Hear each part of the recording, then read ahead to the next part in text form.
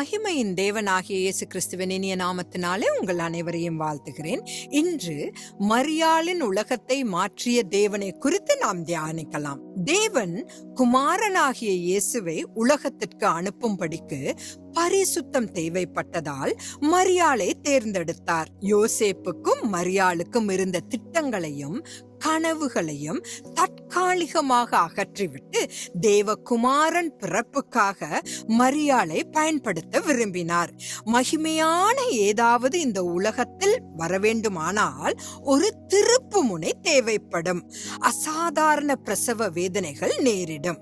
மரியாளும் யோசேப்பும் தங்களுடைய வாழ்க்கையில் தேவ சித்தம் செயல்பட சம்மதித்தனர்.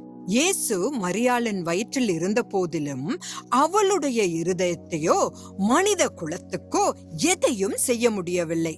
3.5 ஆண்டுகள் ஊழியம் செய்து சிலுவைக்கு சென்று உயிர் தெழுந்து பரமேறிய பின்னரே அவரால் மரியாளின் இருதயத்தையும் உலகத்தில் எல்லாவற்றையும் மாற்ற முடிந்தது. கருவிலிருந்து தொழுவத்திற்கு, மாட்டு தொழுவத்திலிருந்து சிலுவைக்கு, சிலுவையிலிருந்து கல்லறைக்கு, கல்லறையிலிருந்து மீண்டும் உலகிற்கு மற்றும் உலகிலிருந்து மீண்டும் பரலோகத்திற்கு என்ற இயேசுவின் பயணம் மிகவும் மனித தன்மை வாய்ந்ததாக இருந்த போதிலும் தெய்வீகமானதாகும். அவரையே நாம் சார்ந்து கொள்வோம். ஆமேன்.